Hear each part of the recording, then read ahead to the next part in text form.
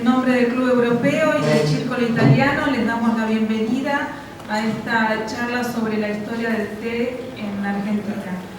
En primer lugar quisiera agradecer la presencia de las consejeras Agnieszka Rimska y Anna Stapor en representación de la Embajada de la República de Polonia, de la directora de la Casa de Misiones en Buenos Aires, doctora Miriam Durán, del vicepresidente de la Confederación Argentina de Colectividades, Juan Ulke, y de la titular de la empresa artesanal Doña Irma Fraga. Agradecemos también a la Asociación Argentino-Polaca por la presentación del proyecto del evento y su compaginación, a la Embajada de Polonia en la República Argentina por su apoyo en el marco de las relaciones diplomáticas argentino-polacas, a la Subsecretaría de Turismo de la provincia de Misiones por la filmación de los videos realizados en colaboración del ballet Spitnasta Mala Zblowska de la colectividad de Oberá. A continuación se hará una exposición sobre el origen histórico de la industria del té en Argentina a cargo del profesor José Skowron Posluzna, vicepresidente de la Asociación Argentino-Polaca ACAP, empresario dedicado a la exportación de productos no tradicionales, historiador e hijo de primera generación de inmigrantes polacos de misión. Sí, buenas tardes. La idea de esta exposición es tratar de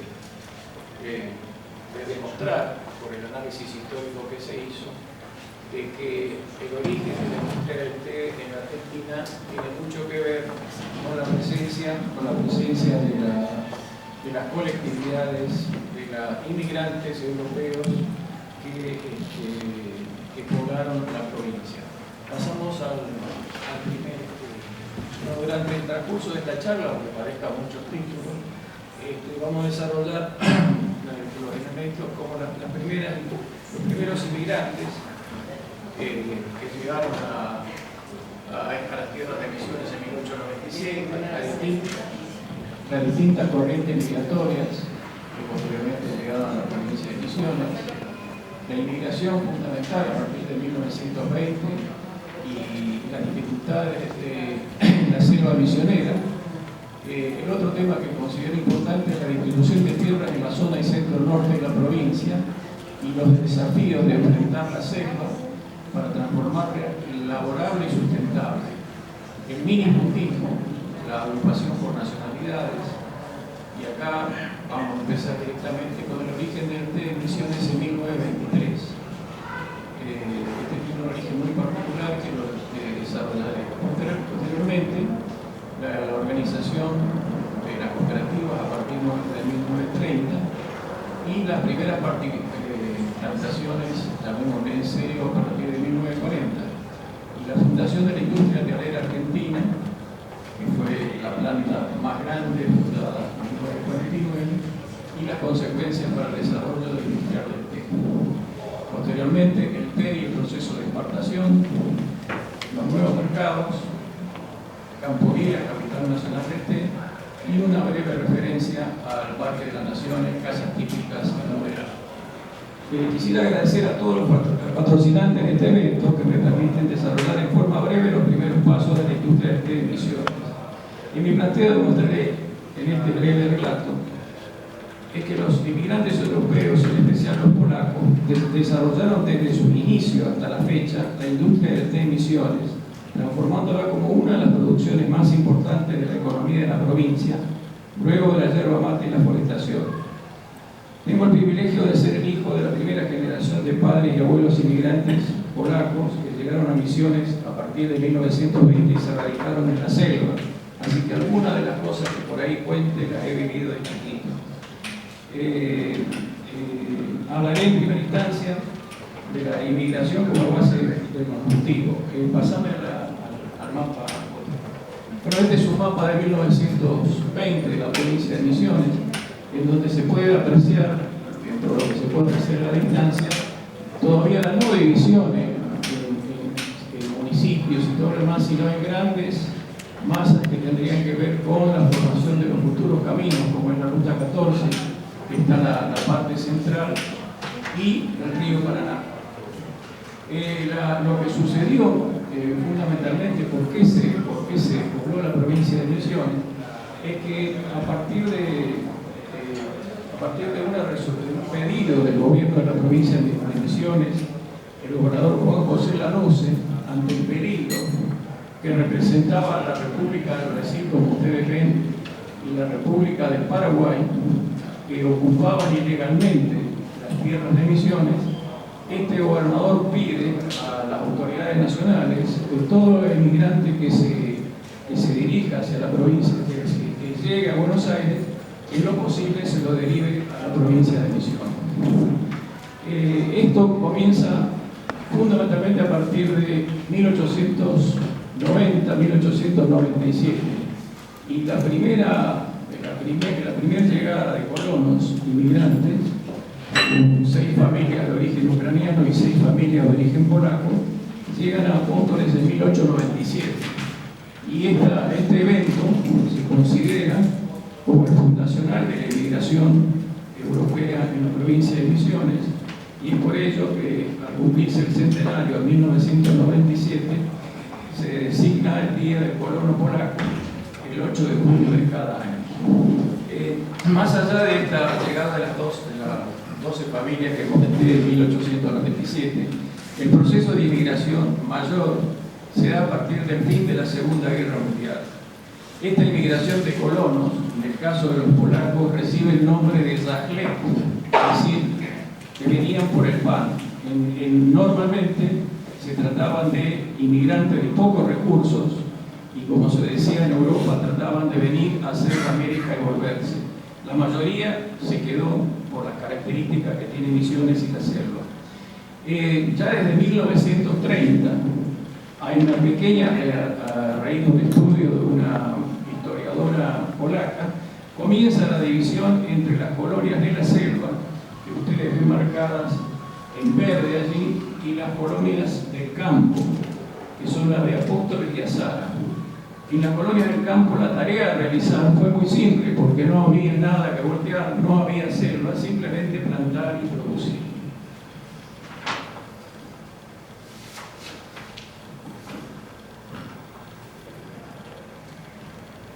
En lo que hace a las corrientes migratorias, ustedes pueden ver allí la indicación de 3 ingresos. Digamos, tres vías de ingreso. Como ustedes ven, las colonias de la selva están en amarillo aquí. Estas fueron originariamente anteriormente, se hicieron pueblitos más con el corto tiempo. Pero el ingreso posterior de los inmigrantes a partir de 1920, en la medida que esta región ya estaba ocupada, la única opción que quedaba es la parte verde, que es la parte de la selva misionera. Y en ese sentido tenemos dos vías de ingreso. Una es la de Brasil, que muchos colonos que venían a Brasil y trataban de radicarse allí, las tierras estaban ocupadas. Entonces lo que hacían, y ustedes ven las fotos arriba, es cruzar el río Uruguay. Esta es una foto tomada desde el lado brasileño, y como ustedes ven, las tierras están trabajadas, y el otro lado, la provincia de Misiones, no están trabajadas. Por allí ingresaron muchos de los inmigrantes que vinieron vía Brasil. El segundo cruce es a través de la parte del río Paraná, que se extiende hasta entonces Banda y hasta Puerto Iguazú, y ahí la inmigración tuvo características muy distintas. Ya en 1870, Rossetti, un investigador italiano, recorrió todas estas tierras, elevó un informe a Europa cuáles eran las tierras de Misiones que podían explotarse, sobre todo la madera. Entonces, en esa región se instalaron latifundios, y ustedes habrán visto quizás la película Las aguas bajas turbias, sí, en donde se veían los obrajes, en donde la explotación era la madera, que se trasladaba después en jangadas, troncos atados hasta Buenos Aires o hasta Rosario. Fíjense que esto de hecho hoy continúa. La zona forestada de Misiones, donde se produce papel, es esa, y también la ventaja que tiene comparativa a la que está sobre el río. Los colonos que llegaron, que les comenté, que vinieron a partir de 1920 y ingresaron, tanto sea de Brasil, o ingresaron por la vía desde Apóstoles o desde Posadas, como ustedes ven, la vía 2 y la vía 3, tenían la dificultad que tenían que ingresar a la selva. Y el ingreso a la selva sin caminos se hacía con un trabajo muy particular que recibió el nombre de picadas. ¿Y qué es una picada? Ahora nos parece una cosa muy sencilla. Pasamos al otro PowerPoint. En la medida que no había caminos, y yo rescato esta foto de un documental que hizo la embajada polaca con la colectividad polaca de Oberá. Esto es una picada en el monte. ¿Qué quiere decir?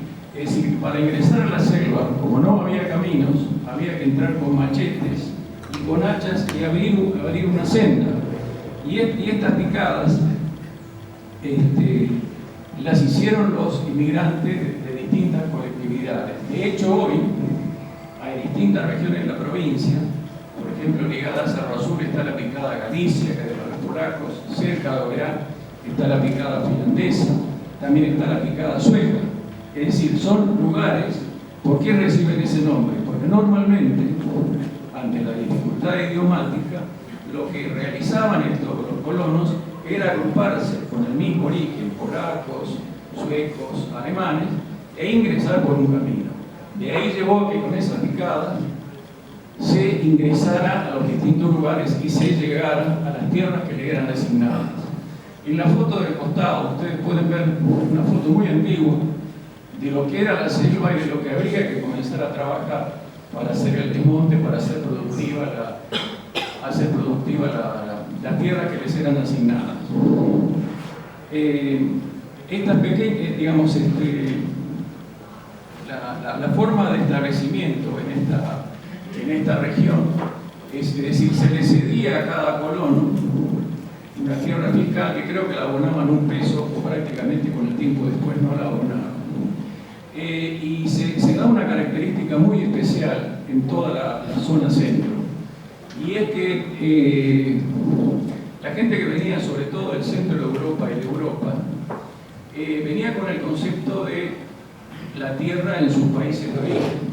Entonces, cuando le ofrecía al gobierno 50 hectáreas, 25 hectáreas, decían: no, nosotros esto no lo podemos trabajar nunca. Entonces optaban por 25 hectáreas, creyendo que 25 hectáreas era la panacea. Y en verdad, al comienzo esto lo fue, en la medida que estaba la madera, en la medida que se hicieron otros productos, pero hoy 25 hectáreas no hacen sustentable a una familia.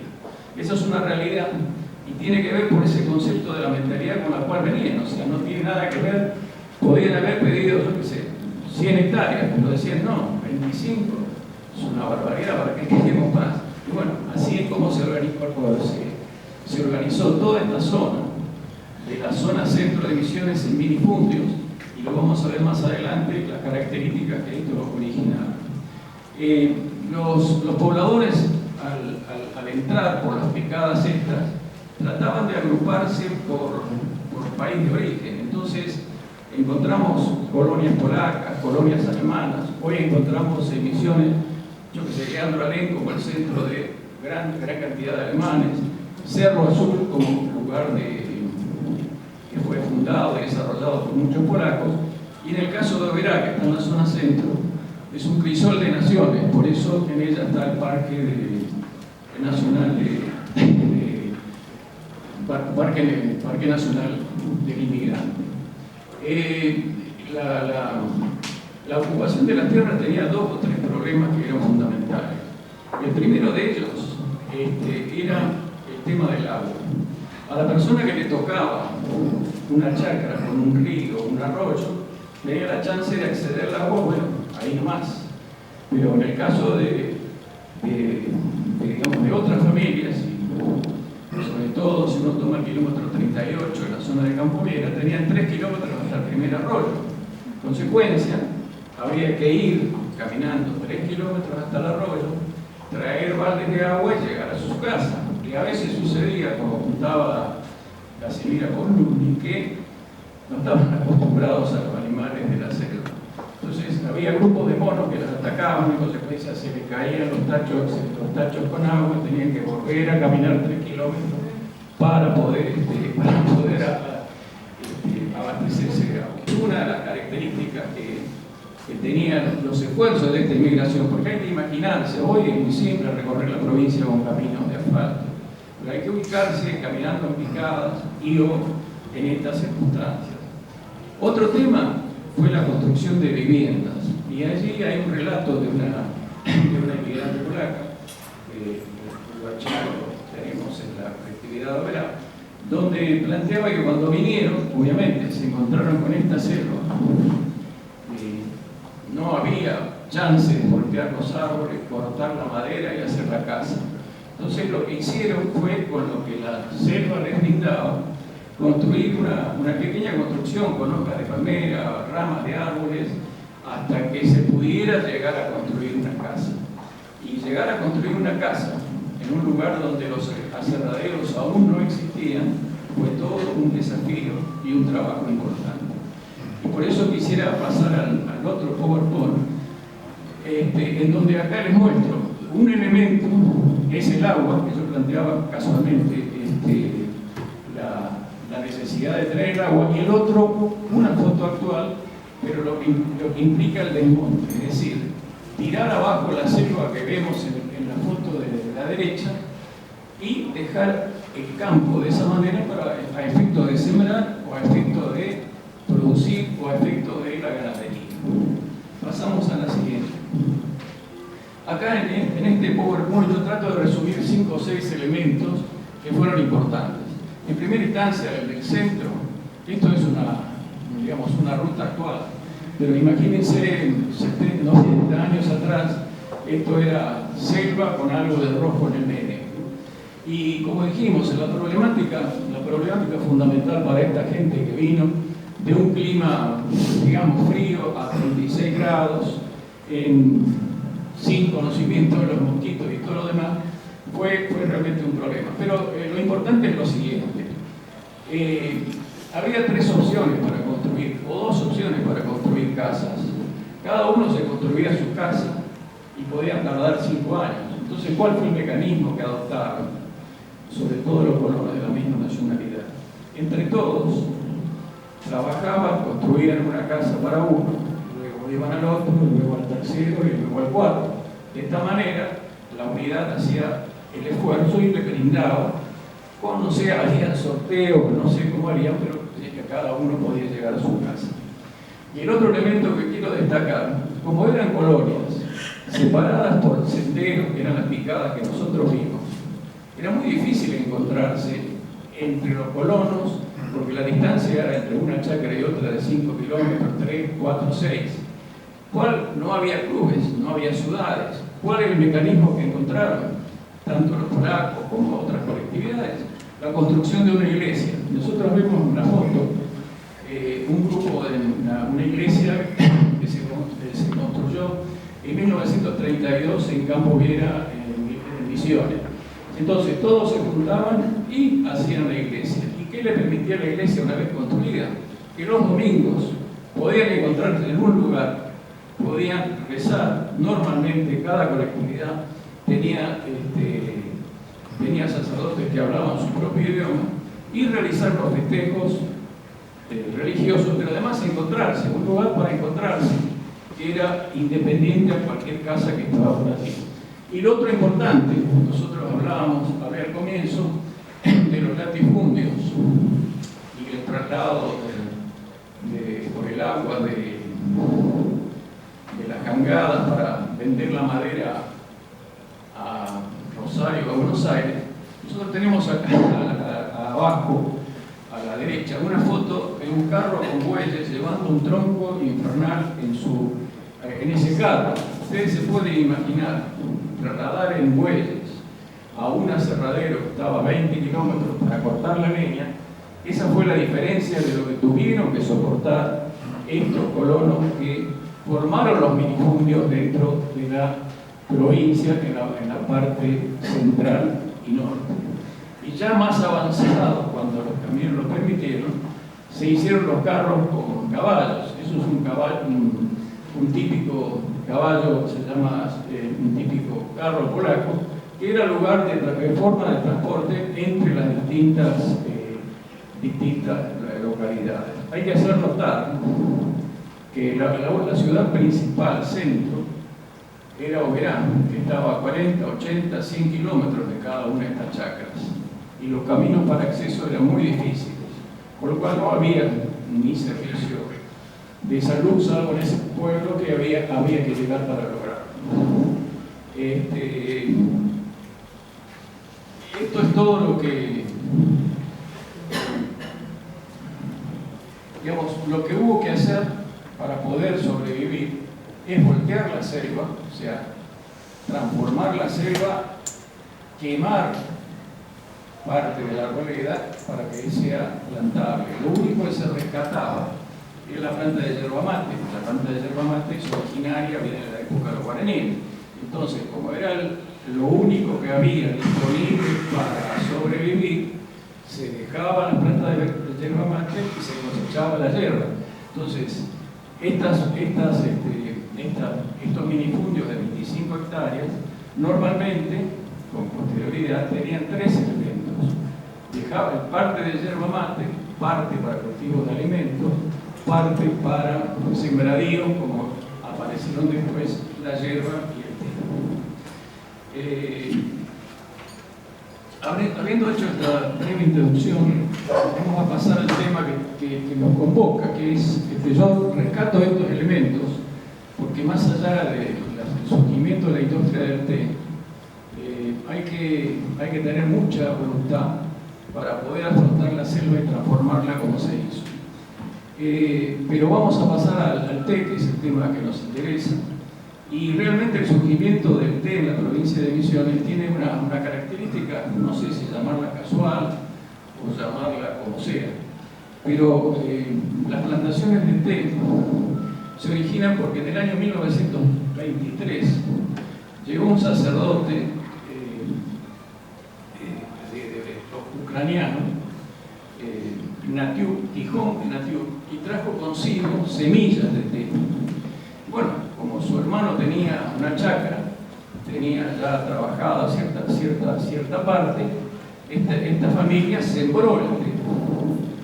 Y la planta del té, dado que la característica de Misiones es alta humedad, temperatura adecuada y lluvias permanentes, se descubrió que esa planta podría ser una de las plantaciones que se podían desarrollar en Misiones.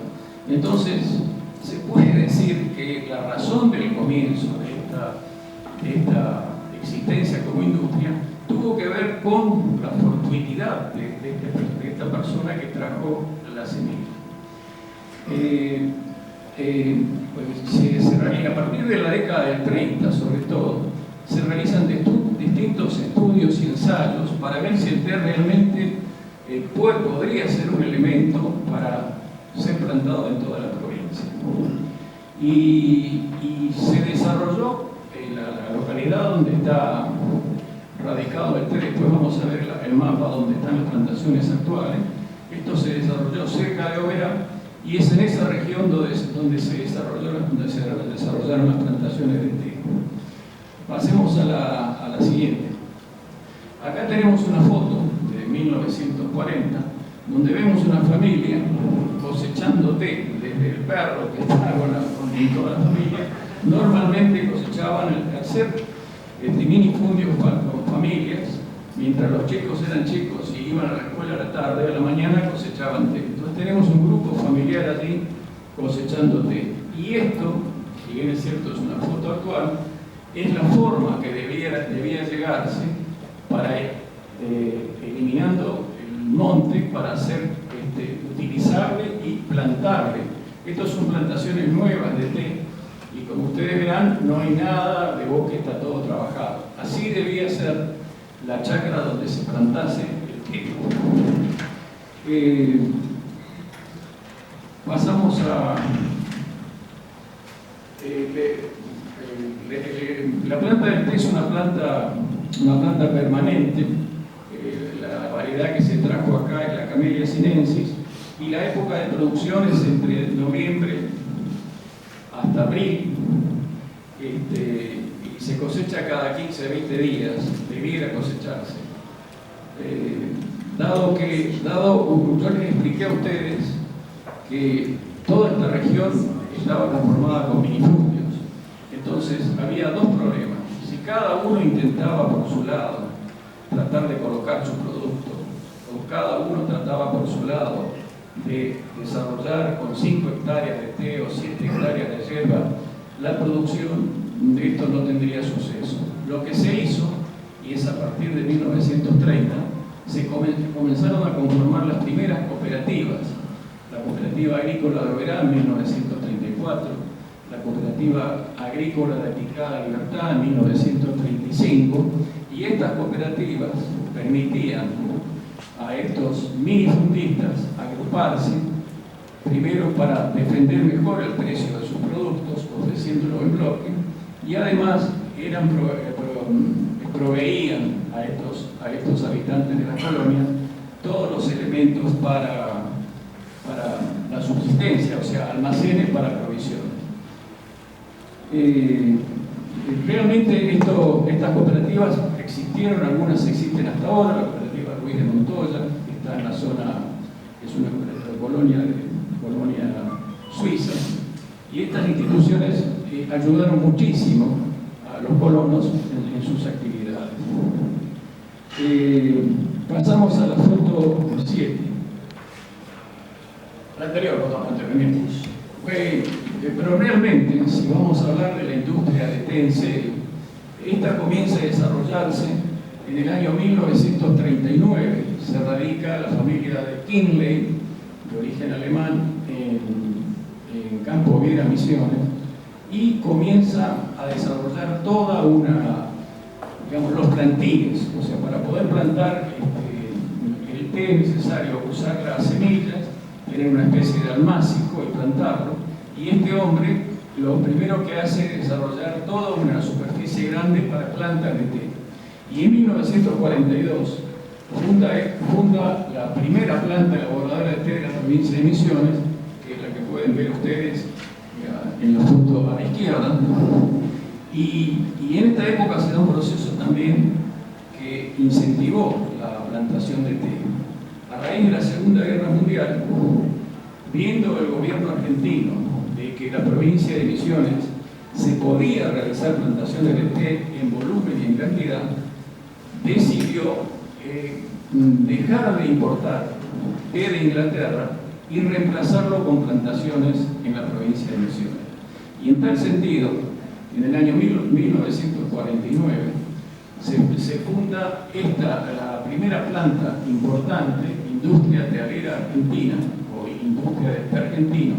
Como ustedes verán, para la provincia de Misiones, en el medio de la selva, un edificio de 6 pisos es una cosa completamente atípica. Esta planta industrial es la más grande de toda América. Las maquinarias fueron traídas de la India, y esta planta industrial comenzó a desarrollar realmente la industria del té a partir de 1949. Esta empresa comenzó a vender el té a Londres, porque hasta la década del 80 Inglaterra tenía el monopolio del té a nivel mundial. Es decir, todo lo que se vendía de té, así se vendiese a Estados Unidos o a Europa, tenía que pasar por Inglaterra. Esta planta, en el año 1953, envía por primera vez en cajas de madera té para ser vendido en Londres, y tiene suceso. Pero más allá del suceso, pasemos a la foto que viene. Más allá del suceso, la primera marca de té que se conoce en Misiones es Tesol. Con este nombre se envasaba, en este caso eran saquitos, pero fundamentalmente es la primera marca que aparece y perdura, creo, no sé si perdura hasta la fecha, porque se han perdido, han cambiado los dueños y todo lo demás. Pero fue la primera marca. La foto de abajo tenemos una vista actual de la planta, es decir, mantiene la estructura y las plantaciones alrededor. Y acá hay un elemento que después lo va a desarrollar Karina, Es decir, uno de los elementos que hacen el té Nebra sobre todo, y hacen un proceso que se llama el enrulado. A las hojas de té hay que hacerle movimientos de tal manera que se conforme un rulo de hebra. Cuando uno compra un té bueno en hebra, normalmente estas hojas se abren. Esta enruladora, que es la más antigua de la provincia, fue traída en el año 1942. Y fue en esta planta industrial que dijimos de la industria telera. Lo que tenemos que destacar es lo siguiente: la producción creció en forma permanente, porque al tener una planta industrial, posteriormente se crearon otras, el té pasó a ser un elemento de cultivo en toda la provincia. Y fíjense ustedes lo que sucedió. Llegaba a 1954, 5 años después de esto, se logró el abastecimiento de té en la Argentina sin importar. Es decir, la importación no existió más. Y lo más sintomático, que a partir de 1958 se comenzó a exportar el té de Argentina a todo el mundo. Y esa exportación de té dura hasta la actualidad. Y lo significativo es que es el único producto de la Argentina que se exporta el 90% de lo que se produce. Todos los demás, si ustedes toman el vino, la carne, el trigo, hay un gran consumo interno. En el caso del té no se da porque el consumo interno en Argentina es reserva mano. En consecuencia, hace que la industria del té o el té producido en Argentina apunta fundamentalmente a la exportación. Fundamentalmente a partir de 1970, cuando ya tenemos el 90% de exportación a países como Inglaterra, Estados Unidos, Europa fundamentalmente, porque la característica del té negro argentino es su color muy fuerte. Si ustedes dejan un saquito un tiempo en exceso largo, verán que el té se transforma en negro. Es preferible tomar té en hebra, que realmente después verán ustedes la importancia de esto. Y entonces es un elemento importante, es decir, surgió la industria. Entonces podemos decir que los colonos polacos y otras nacionalidades fueron cofundadores de lo que hoy es la industria de la provincia de Misiones. Uno de los elementos que ayuda a la provincia a hacerla económicamente sustentable, así como a todos sus habitantes. A efecto de hablar de un par de cosas, la cantidad de colonos envueltos, hablamos de minifundios, son alrededor de 8.000. La cantidad de la producción anual de la Argentina son alrededor de 85.000 toneladas, y la cantidad de hectáreas plantadas con té son 38.000. Esto hace que esta es la característica que ustedes ven hoy de Misiones. Después, en la charla posterior, se explicarán las razones del plantado y la forma, pero esto es lo que en definitiva podemos ver en la provincia hoy. Así como dijimos que el elemento más importante para el té y la exportación, yo quiero rescatar dos mercados que se ganaron gracias al esfuerzo de colonos de la provincia de Misiones. Pasá la foto siguiente. En esta foto es del año 1983, donde a raíz de que se había producido una sequía muy considerable en la India y en Ceilán, los precios del té se dispararon a niveles, digamos, a más de $10 el kilo, una cosa así, que para Europa era repagable, pero implicaba un costo muy elevado.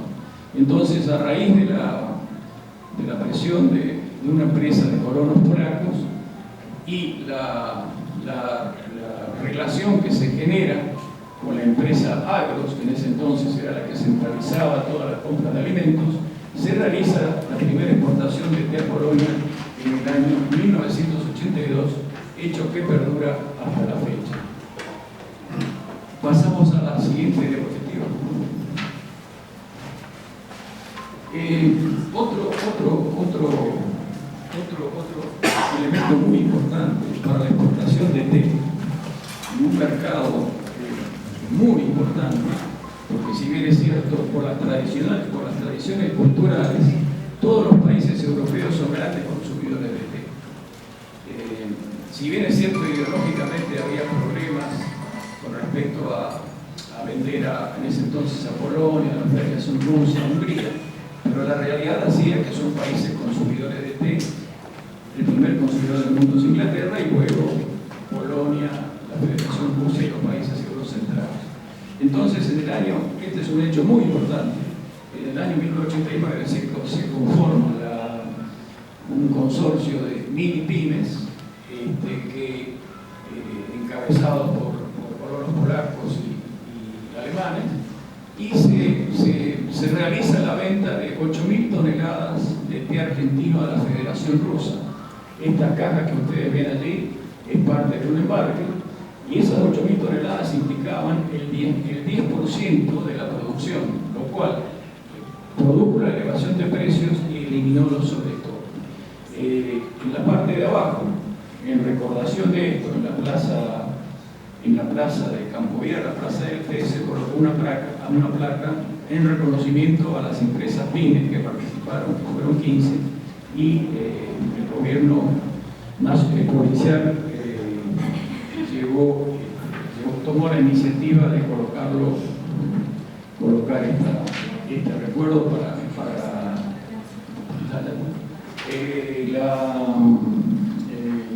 pasamos a la próxima. Bueno, aquí quería marcar dos cosas.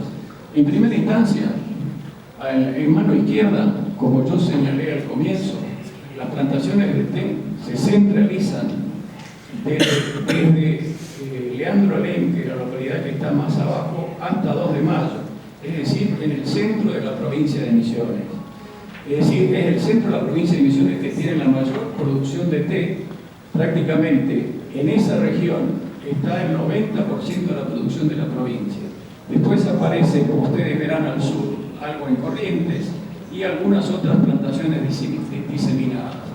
Y yo les ubiqué geográficamente Campo Viera y Oberá. Campo Viera es hoy la capital nacional del té. Fíjense que no es casual, está en el medio de la zona de la producción telera, y lo que ustedes ven en el centro es la plaza de la casa, digamos, de la capital nacional del té, cuyo festejo se realiza ahora del 19 al 22 de mayo. Es decir, rescato Campo Viera y rescato Oberá, porque ahora pasamos a la próxima. No tiene mucho que ver con el té, pero sí tiene que ver con los inmigrantes, y es que en Oberá se le llama crisol de naciones, es donde en el centro de la provincia agrupa a la mayoría de las colectividades, y cada colectividad en el Parque de las Naciones tiene su casa representativa que está abierta todo el año. Tenemos la casa polaca a la izquierda, la casa nórdica hacia arriba, la casa alemana abajo y la casa española más abajo. Esto es el Parque de las Naciones, que tiene 11 hectáreas y tiene muchísimo agua. Bien, esto simplemente para horario. Y entonces quisiera concluir con 3 elementos y pasamos a la última. Estas son realidades que la historia lo demuestra. El té no existía al momento de la llegada de los colonos a la selva misionera. La llegada de la primera semilla en 1923 hace que los colonos desarrollen luego las primeras plantaciones y mantengan el proceso hasta la actualidad, transformando la industria del té como uno de los pilares de la economía misionera. Y por ello, puedo concluir, en base a la investigación, que la industria del té en Misiones en Argentina fue realizada y desarrollada por colonos polacos y europeos que poblaron la zona centro de la provincia. Esta es la realidad. Pasamos a la última. Muchísimas gracias, y es todo lo que quería decir.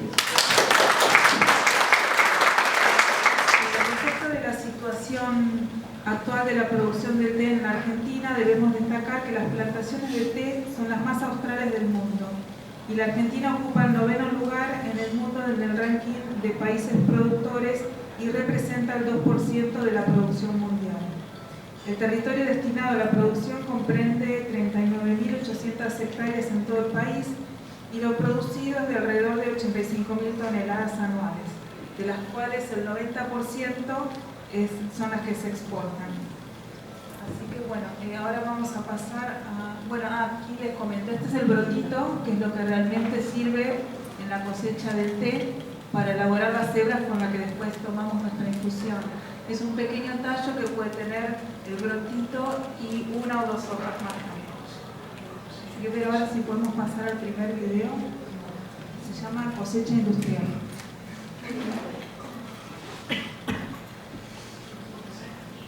Este video fue, bueno, los tres hechos especialmente para este evento. Bueno, como verán en el video, las plantas de té son perennes y se asemejan a una mesa, es decir, son casi estrictamente horizontales.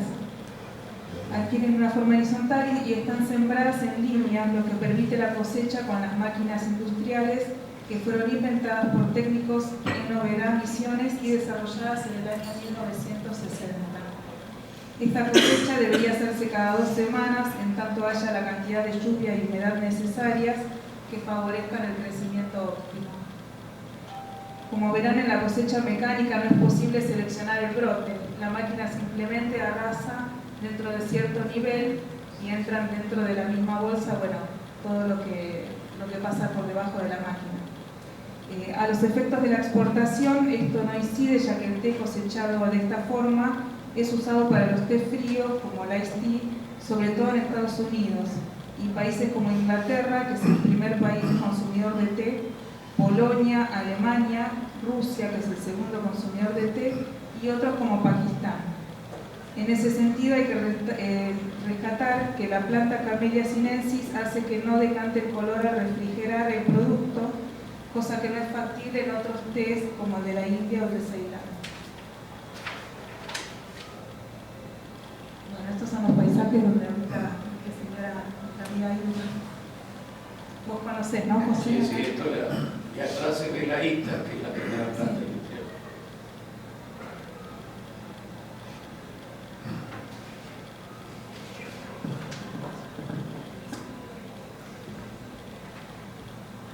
Estas chicas se vistieron especialmente con trajes típicos de la colectividad polaca, especialmente para estos videos.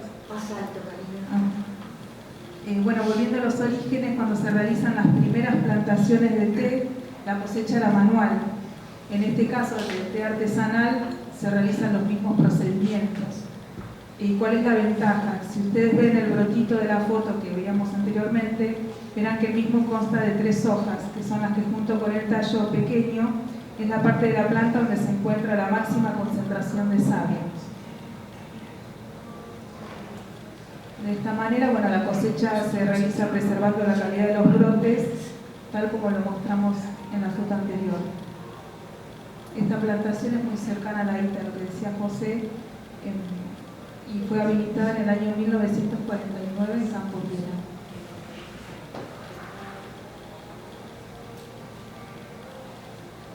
Bueno, de esta manera se ve cómo se puede seleccionar visualmente qué brote es el conveniente y cuál no, cosa que a máquina es imposible de poder discernir.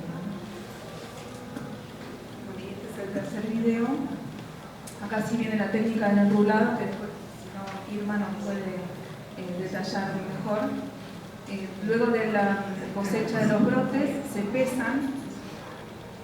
Y bueno, en una primera instancia se pesan estos brotes para establecer la cantidad determinada para realizar la fermentada del huevo. Posteriormente podemos ver cómo se trabaja en el wok con fuego debajo para reducir la humedad y conseguir la concentración de la sal.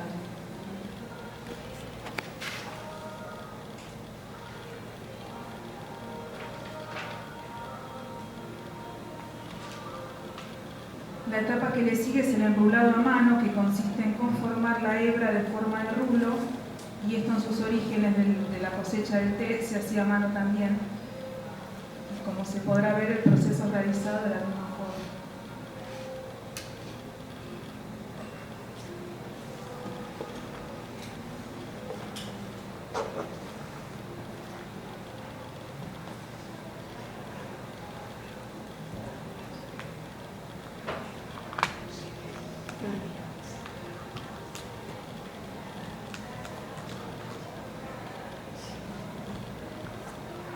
una vez revisado el enrulado, se pasa a los secaderos que transforman el té verde en té seco, y este proceso de secado en las épocas iniciales se hacía a rayo del sol, cosa que actualmente, si el clima lo permite, también se hace de la misma forma. Ahora vamos a ver cómo pasa el secadero. Sí, todavía estamos viendo la enruladora.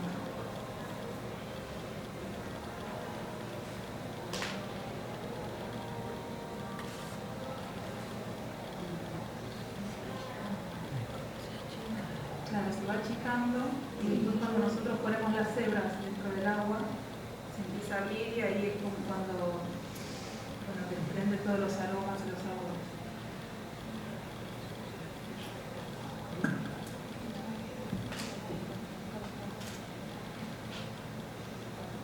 Bueno, ahí está doña Irma con la copia para resguardar la calidad del producto.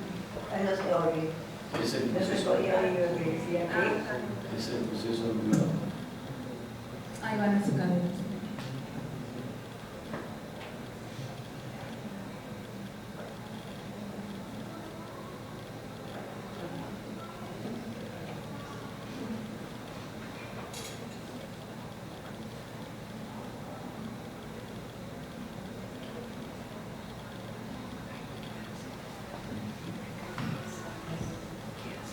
Bueno, de esta forma les hicimos llegar una muestra de lo que es la producción del té artesanal, que en sus orígenes era la producción diaria, ¿no? De la manera que se conseguía el té. Buenas tardes a todos. Gracias por participar. Soy productora de té artesanal. Mi nombre es Irma Fraga. Tenemos un emprendimiento con mi esposo muy chiquito. Estamos empezando pocos años. Empezamos a elaborar un té negro primero y luego lo fuimos incrementando, un verde, un blanco, y ahora estamos en un pulón azul y tenemos recolección de flores de té también que se consumen para infusionar, que son muy ricas, le ayudan mucho al cuerpo para el invierno. Y bueno, estamos ubicados en Capoeira, capital nacional del té, como mencionaba José, y espero que lo disfruten vamos a hacerle gordito porque si no, seguimos toda la noche. Vamos a empezar con un té blanco, está elaborado naturalmente, que cosecha de 2 hojas y punta, que es un té muy suave, muy rico para degustar. Y lo vamos a degustar maridando con unos chipasitos de almidón. Quería comentarles que infusionamos un té blanco, tiene una infusión por tetera de 6 gramos de té blanco y por 3 minutos. Esa es la manera que estaban pidiendo las chicas que les explicara cómo hicimos el té, que les enseñara. Entonces están tomando el té blanco y maridando con unas chipasitas de almidón. Queremos que disfruten de ese té.